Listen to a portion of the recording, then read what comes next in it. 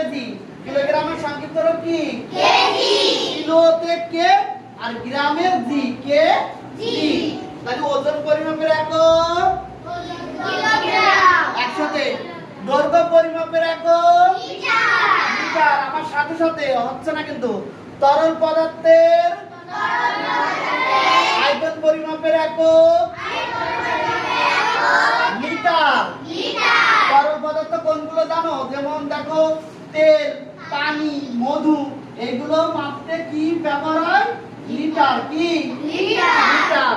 কোন পরিমাপের একক? ডিগ্রি। আমার সাথে সাথে সবাই ম্যাডাম দেখেন তো কে বলছে না? কোন পরিমাপের একক? ডিগ্রি।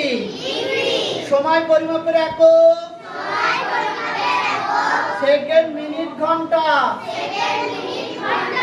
কম ওজনের বস্তু মাপতে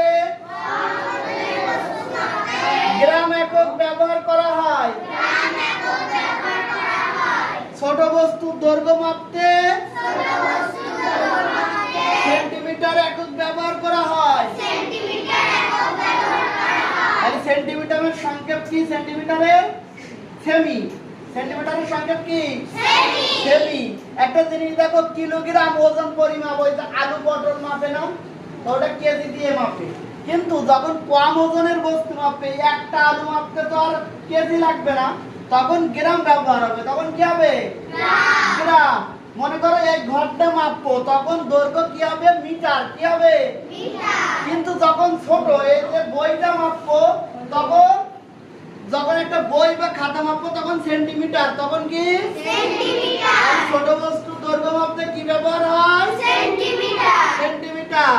সবাই লিখি ভালো, এটা ভুল হয় না। এটা